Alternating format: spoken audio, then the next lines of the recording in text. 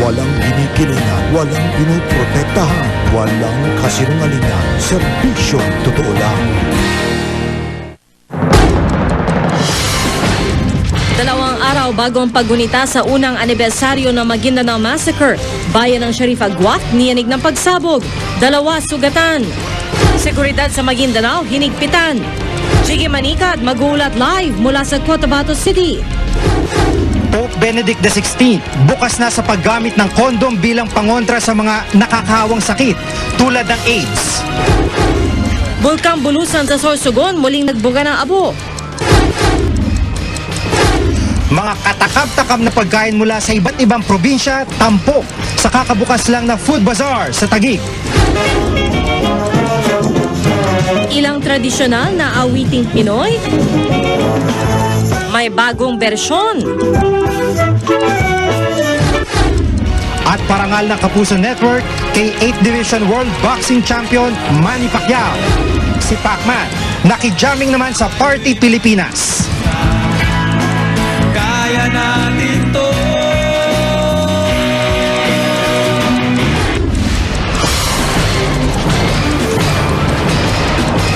Mula sa GMA Network Center, ito ang 24 Oras. Magandang gabi po. Marami po ang malalaking balita sa araw na ito. Ang bagong posisyon ni Pope Benedict XVI ukol sa paggamit ng kondom, ang muling pagbuga ng abo ng Bulkang Bulusan sa Sorsogon. Live po ako mag-uulat mula rito sa GMA News Center.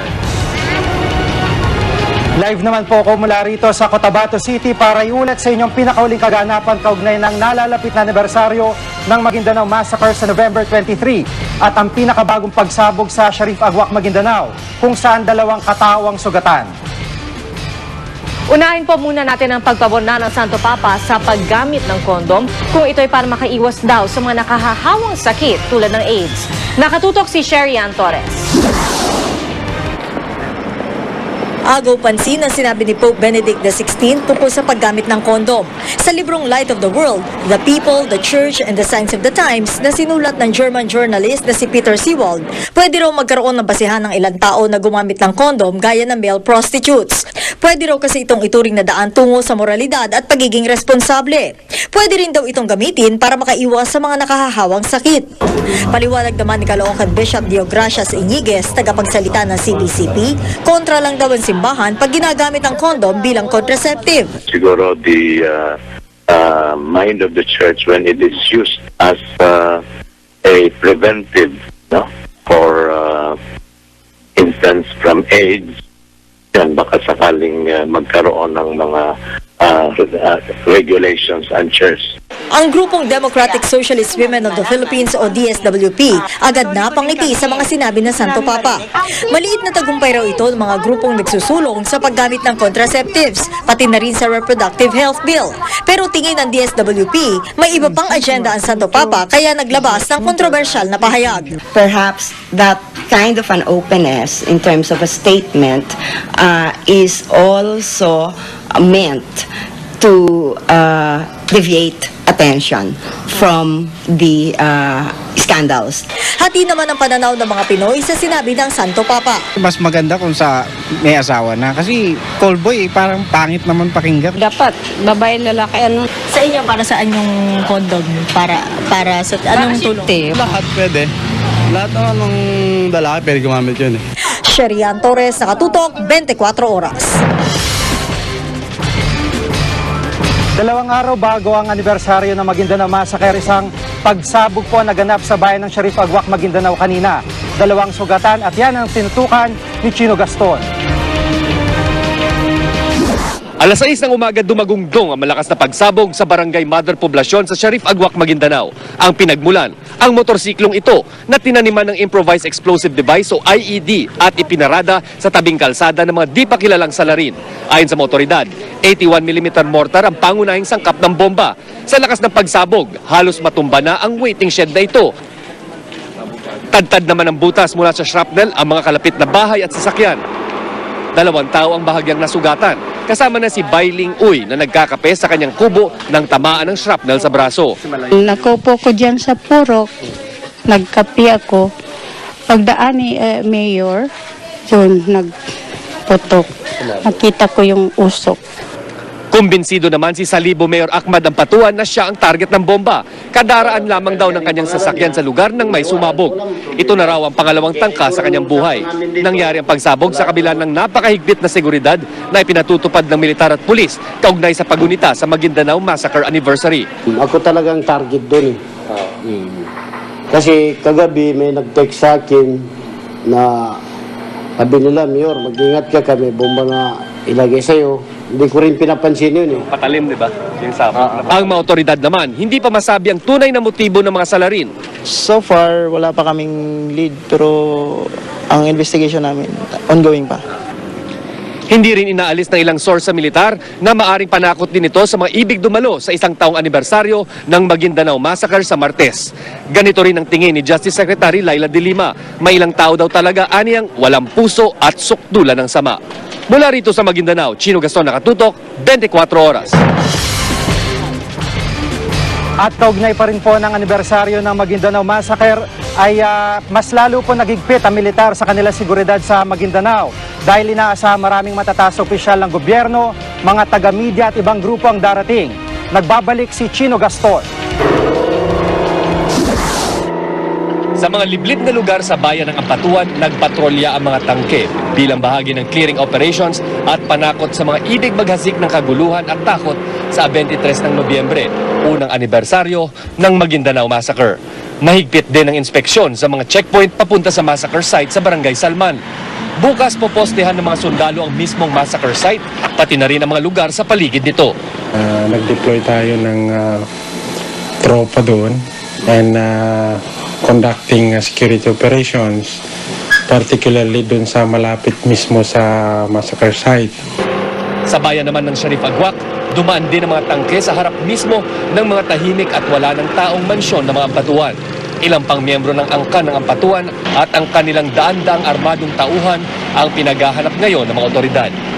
Dahil very calm nga yung sitwasyon, ang sa atin po dito, ang priority natin ay yung kaligtasan po at seguridad ng lahat po ng pustong pumunta doon sa lugar. Mula rito sa Maguindanao, Chino Gaston, Nakatutok, 24 Oras. Samantalang muli na namang nagbuga ng abo ang Bulkang Bulusan sa Sorsogon, umabot ng 2 kilometro. At ayon sa FIVOX, ito na raw ang pinakamataas na ibinugang abo ng bulkan sa loob ng 2 linggo. Nakatutok doon live si Rauna. Rauna? Piya sa muling pag-aalboroto ng Mount Bulusan, agad nang nagsilikas ang ilang mga residenteng nasa pool ng abo ng bulkan. Pasado alas 7 pa lang ng umaga pero parang hapon na. Makapal na abo kasi ang ibinuga ng Bulkang Bulusan. Ang mga residente, kanya-kanyang hakot ng mga gamit at hanap ng matatakbuhan para makaligtas sa posible pang panganib na dala ng bulkan. Wato to siro mo.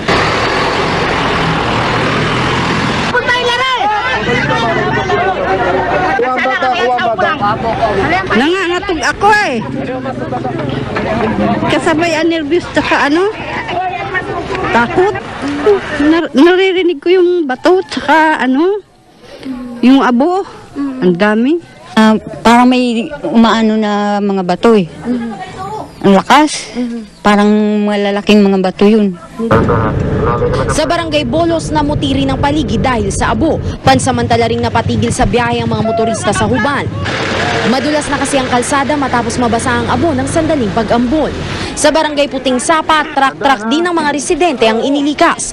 Kumuha na rin ang ash sample doon ng FIVOX. Mas malaki raw ang volume ng abo ngayon kumpara nung mga nakaraang pagbuga. Paalala ng mga eksperto, kahit nasa alert level 1 ng Mount Bulusan, di pa rin daw dapat pumasok sa 4-kilometer permanent danger zone. Kaya inaano namin yung 4 kilometers kasi may mga bato yan eh. So yung fragments na bato, pwedeng tumapon yon ng 1 kilometro o mahigit. Galing dun sa bunga ng bulkan. So kahit na maliit na fragment, kung galing sa taas, pwede kang mamatay doon. Ang bayan ng Bulan, inabot din ng ashfall. Sa bayan ng Magallanes, hirap din ang mga motorista sa kapal ng abo sa kalsada. Pia, mahigit 600 tao na ang inilikas sa National High School sa Irusin. Magpapalipas muna sila ng gabi rito at bukas tatansyahin kung makakauwi ng ilan sa kanilang mga bahay. Dahil nasa alert level 1 pa rin ang Mount Bulusan, nasa mga residente pa rin ang pagpapasya kung nais nilang manatili sa evacuation center o umuwi muna sa kanilang mga bahay. Pia? Maraming salamat, Rana Crisostomo.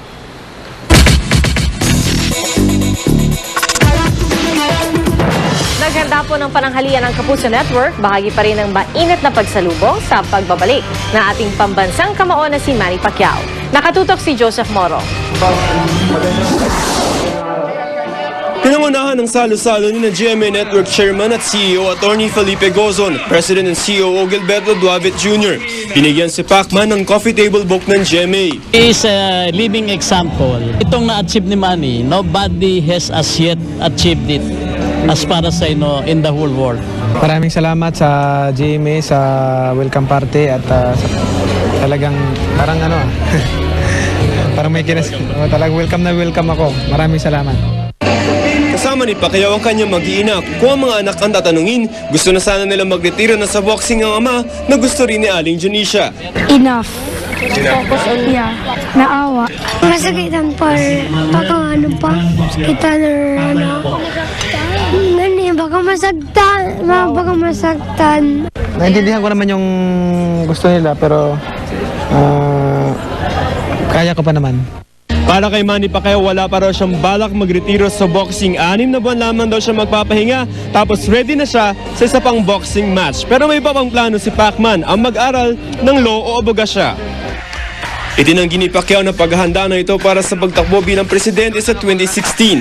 Sa ngayon daw, nakatutok siya sa mga trabaho bilang congressman ng Sarangani. Gusto ko lang talaga makapagtapos noon pa nung bata ko. Pangarap ko na makapagtapos. Tapusin ko yung business management ko and then proceed ako sa law. Hindi natin alam, may posibilidad pero sa ngayon, wala pa sa isip ko yan at nakafocus ako sa kung ano mang posisyon ako mayroon ngayon bilang congressman. Joseph Morong, nakatutok, 24 oras. Sa kasagsagan ng Pac-Mania, isang panaderya sa San Diego, California ang gumawa ng tinapay na ipinangalan kay Manny Pacquiao. Yan ang Pan de Ocho de Pacquiao. Hugis numero 8 at may palamang Bavarian cream. Ideya ito ng Pinay businesswoman na si Wilma Ventura. Ilang linggo bagong laban ni Pacman kay Antonio Margarito, inihahanda na raw niya ito. Alay raw niya ito sa karangalang ibinigay ng pambansang kamao sa mga Pilipino sa buong mundo. Susunod, pakinggan ang bagong bersyon ng ilang tradisyonal na awiting Pinoy. Manny Pacquiao kumanta at nag-host sa Party Pilipinas. At wedding ring ni na Prince William at Kate Middleton, inaabangan na kung saan o gawa. Tutukan dito sa 24 oras.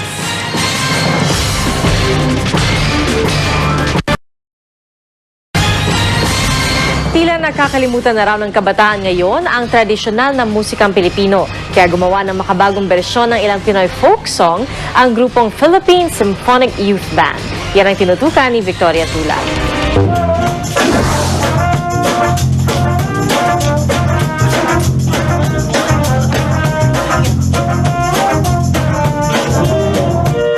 Makabagong bersyon ng ilang awiting Pinoy.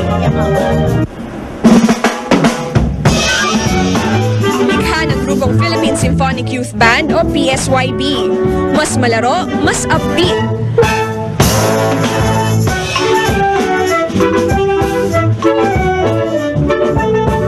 Ayon sa aktres na si Sherry Hale, tagapagsalita ng PSYB, layunin nilang ibalik sa kamalayan ng mga Pilipino ang mga tradisyonal na kanta upang pagyamani ng ating kultura. The goal, of course, to continue to bring the awareness of the youth, especially now in the midst of all these video games and PlayStations, that we still have such rich songs in our heritage. Libreng tinuturuan ng ilang grupo ng kabataan upang malinang ang kanilang talento. Karamihan sa mga miyembro ng PSYB mula sa may hirap na pamilya. So what better way to develop our children except through music? And I think that's a perfect way to evolve in terms of growth and getting them out of the streets. Isa sa kanila si Archie. Dahil sa kanyang training sa PSYB, natanggap siya sa Philippine Harmonic Orchestra. So ano yung naitulong sa'yo ng PYSB? Marami, pakikisama, lalawakan pa yung mga kalaman mo sa music, and then teamwork. Pagpapahalaga naman sa kultura ang natutunan ni Badsy. We get to know more about ourselves. Marami tayong natututunan tungkol sa language, tsaka sa traditions din natin through the songs.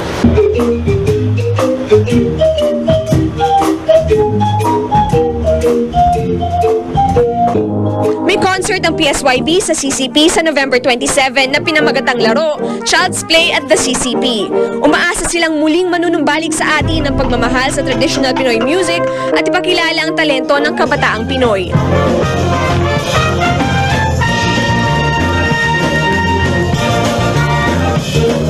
Victoria Tulad, Nakatutok, 24 Oras.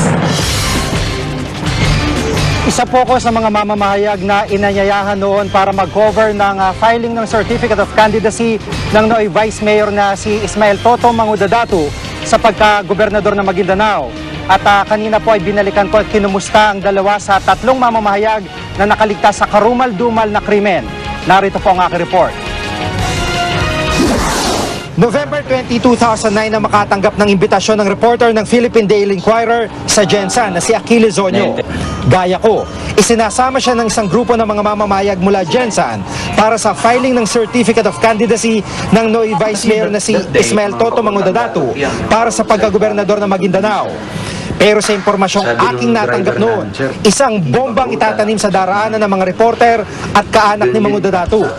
Agad ko itong ipinagbigay alam sa coordinator ng mga local reporter at mismong reporter din ng radyo na si Henry Araneta. Bukod kay Achilles, naimbitahan din si Joseph Bumelag para mag-cover. Para sa mga lokal na mamamahayag, malaking istorya ito. First time kasi na may kalaban yung mga Apatuan for the past 3 elections. Kaya gusto nila na nung last May election na mayroong challenger sa gubernatorial race. Tapos very intense nga yung political rivalry ng visible masyado yung print sa labas ng service vehicle na yung GMA, media. So siyempre pag di ba GMA iginagalang ito, malaking respeto. So, yung pananaw nila, magdadalawang isip, kung sino man yung may balak na masama, magdadalawang isip na gagawa na masama. Kasi kasama yung GMA. November 22, 2009, nagkita-kita mga mamamayag sa isang maliit na hotel sa Sultan Kudarat. Bumiyahe sila sa Buluan, Maguindanao para makipagkita sa mga Mangudadatu at pag-usapan ang seguridad. Nagdesisyon ng mga Mangudadatu na ipadala mga kamag-anak nilang babae at ilang lokal na mamamahayag sa pag-asang di sila sasaktan. Walang naibigay na seguridad noon ang 6th Infantry Division ng Philippine Army at mga pulis sa kabila ng apila ng mga taga-media. Until now, masakit. No? Mahirap tanggapin. Nung araw na mangyari yung incident, so 3 days na hindi ako makatulog, hindi makakain. Pero kabado si Bumelag dahil may death threats na siya. May mga isinulat kasi siyang tungkol sa mga umano'y katiwalian ng pamilyang Patuan. Sumama ang kanyang pakiramdam at nagdesisyong bumalik sa hotel. Sa hotel na diskubre niyang may isang grupo ng mga lalaking nagmo-monitor sa kanilang mga galaw. Pinilit ni Bumelag at mga kasamahang tawagan ng mga taga-medyang Noy sumama sa mga Mangudadatu, pero huli na ang lahat. Kasama sa mga napatay si Araneta, ang coordinator na aking nakausap. Matapos ipabawi ng Pangulo ang tourism slogan na Pilipinas kay Ganda, inanyayahan na ng Department of Tourism ang publiko na magbigay ng suwestyon para sa bagong slogan. Nakatutok si Lia Manyala. Isang malawakang konsultasyon ang gagawin ng Department of Tourism para sa magiging bagong slogan ng bansa. Lahat daw pwedeng magbigay ng suggestion. Kailangan lang maipaliwanag kung ano ang ibig sabihin ng slogan. Isang panel ng mga eksperto ang pipili ng mga slogan na isasama sa shortlist na ima-market test bago tuluyang gamitin. Aminado ang DOT na nagkamali ito nang madaliin ang pagpapalit sa dating slogan na Wow Philippines. Bigyan mo kami ng paumanhin na dahil sa pagmamadali namin na mali ang dating sa inyo. Ang pagkakamali namin ay talagang siguro dapat focus group muna namin. No? Dahil yun ang normal na proseso. Kahapon pinabawi na ng Pangulo sa DOT ang Pilipinas kay ganda dahil hindi raw ito nagustuhan ng marami. Sa kabila nito, buo pa rin naman daw ang tiwala ng Pangulo kay Lim. Opinyon naman ng ilang nakausap ng GMA News tungkol sa tourism slogan.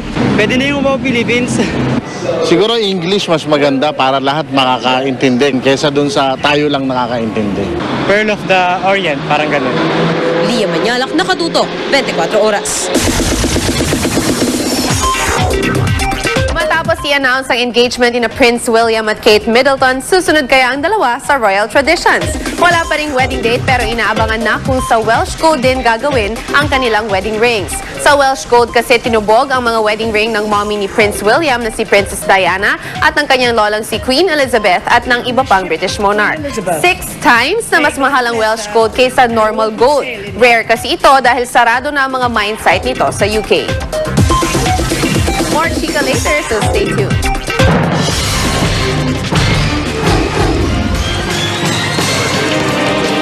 At bulaklak na pwedeng kainin, ilan sa mga mabibili sa isang food bazaar sa Taguig.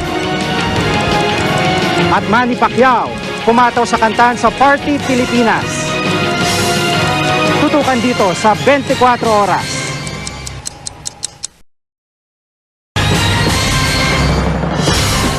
Nagsindi ng kandila ang mga militanteng grupo bilang paggunita sa anibersaryo ng Maguindanao Massacre. At nakatutok mula sa Quezon City Live si Victoria. Victoria. Jiggy, nagsama-sama nga rito kanina ang ilang grupo ng campus press at artists upang humingi ng hustisya para sa mga naging biktima ng Maguindanao Massacre. Kabilang sa mga narito ang College Editors Guild of the Philippines, Bagong Alyansang Makabayan at iba pang militanteng grupo sa pagsasagawa nila ng candle lighting ceremony kaninang alas 6 ng gabi dito sa Quezon Avenue. Ayon sa mga grupo, mananatiling may banta sa kalayaan sa pamamahayag hanggat hindi na igagawad ang hustisya sa mga biktima. Matatanda ang sa 58 pinatay sa Maguindanao noong nakaraang taon, 32 ang mga mamamahayag. Nanawagan ng grupo kay Pangulong Noynoy Aquino na mas bigyan ng pansin ang kaso. Jiggy, bilang bahagi ng kanilang panawagan, nakatakdang magkaroon ng isang concert mamayang alas 7:30 ng gabi dito sa Headstock Bar sa Quezon Avenue upang alalahanin ang mga naging biktima ng massacre. Jiggy? Maraming salamat, Victoria Tulad. Samantala sa ibang mga balita, nais patupad ng MMDA ang total truck ban. 24 oras ng bawal sa EDSA mga truck para maibsan ang daloy ng trapiko. Ang reaksyon ng mga driver operator sa pagtutok na ito ni Dano Tingkungko. Umalma na ang Alliance of Concerned Truck Owners and Organizations. Hindi raw nila maintindihan kung bakit tila sila ang pinagdidiskitahan ng ahensya. Hindi pa raw ba sapat ang pagbabawal sa kanila sa EDSA tuwing rush hour? Kung talagang gusto niya ng decongestion, ang pangunahing dapat niyang pag-isipan yung dami ng private motorist. Di ba?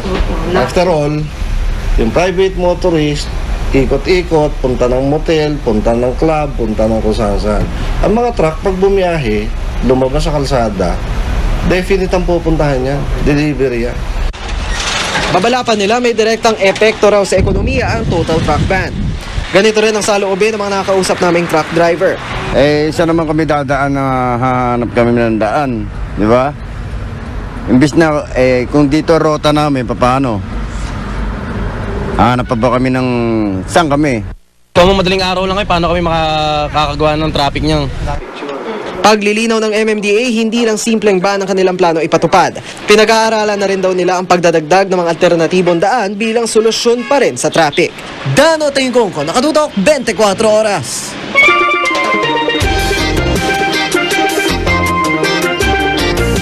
Sa mga naghahanap ng mga delicacy ng iba't ibang probinsya, hindi nyo na kailangan lumabas pa ng Metro Manila. Makikita nyo pa yan sa bagong bukas lang na bazaar sa Taguig tuwing Sabado at Linggo. Halika tignan natin sa pagtutok na ito ni Tina Panginiban Perez. Lechon Cebu, Bangus Dagupan, Baguio Sweets, Bicol Bicol Express at iba pang katakam-takam na putahe at specialty ng bawat probinsya sa Pilipinas, pinagsama-sama sa kabubukas lamang na food bazaar sa Mercado Central sa Global City Taguig. Perfect ang lugar na ito sa mga mahihilig mag-food trip dahil mula appetizer, main course, inumin at dessert, meron dito. So lahat ng masarap na pagkain na hindi nyo matatagpuan sa mga restaurant, dito nyo makikita sa loob ng Bonifacio Global City's Mercado Central. Pero hindi lang mga pagkain Pinoy ang nakakatawag pansin dito. Dinudumog din maging ang iba't ibang international recipes. Good morning. Welcome to the world of La Cuisine Francaise.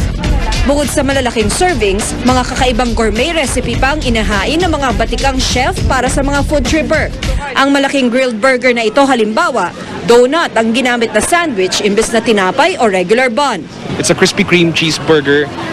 It's an all-beef patty sandwiched in between fried egg, cheese, and Canadian bacon. Sa mga health conscious naman, patok ang organic at vegetarian recipes, mga pambihirang prutas at edible flour na ngayon mo lang matitikman.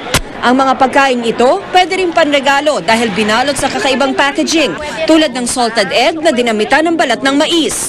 Ang pamilya ni Arlo, enjoy na enjoy sa food hunting activity nila. Super okay siya, super sarap. Tapos the price is affordable. Pasarapin ang inyong weekend sa mga malinamnam at kakaibang putaheng dito lamang matitikman. Bukas ang Mercado Central tuwing Sabado at Linggo mula alas 6 ng umaga hanggang alas 12 ng tanghali. Tina Panganiban Perez, Nakatutok, 24 Oras. Abangan! Fun Run idinaos para makalikom ng pondo para sa pagtatanim ng mga puno. At pound for pound king Manny Pacquiao, mainit na winelcome sa Party Pilipinas. Walang patid na pagtuto dito sa 24 Oras.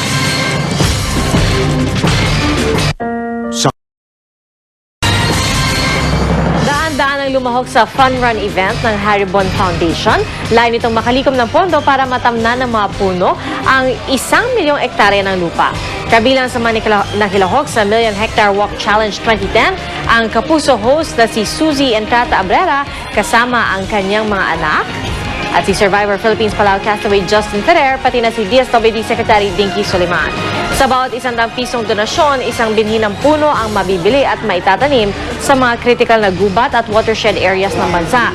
Tina-target na matapos ang proyekto sa taong 2020. Isang engrandeng welcome party ang inihanda ng Party Pilipinas kay 8th Division World Boxing Champion Manny Pacquiao. Nakipagrakrakan pa siya sa song numbers. Makichika kay Aubrey Carampel. Paulit-ulit man akong lumaban. Nag-solo number si Pacman. Nag-perform din kasama ang MP Band. 5 beses kumanta si Manny ng live. Laban ko, laban nyo, laban natin to. Laban ko, laban nyo. May hosting stint din si Manny. Wag po kayong alis, Regine Velasquez po susunod na dito lang sa Party Pilipinas! Guest din sa Party Pilipinas Fearless episode si Raisa Laurel, ang isa sa mga sugatan sa Bar Exams Blast. Kumanta siya kasama sina Ogie Alcacid at Rachel Ango.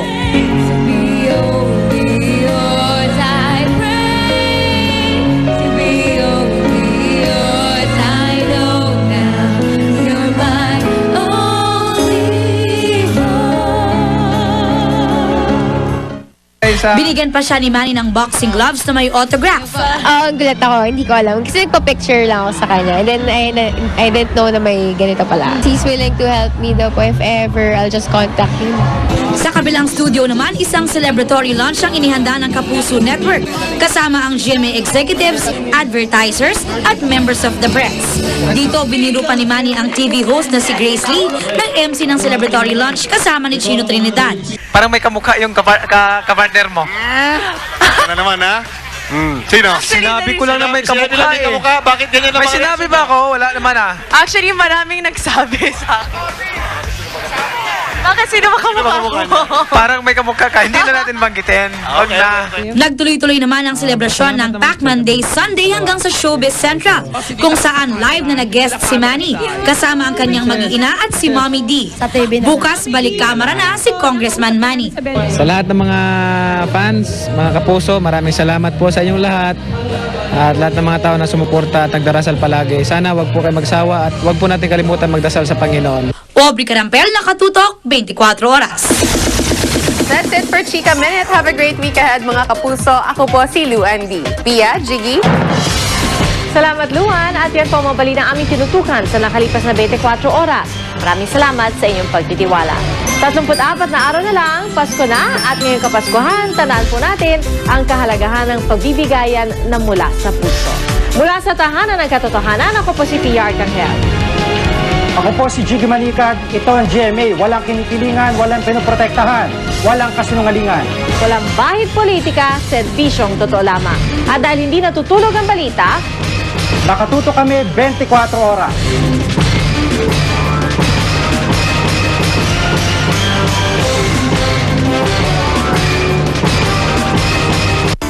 Simula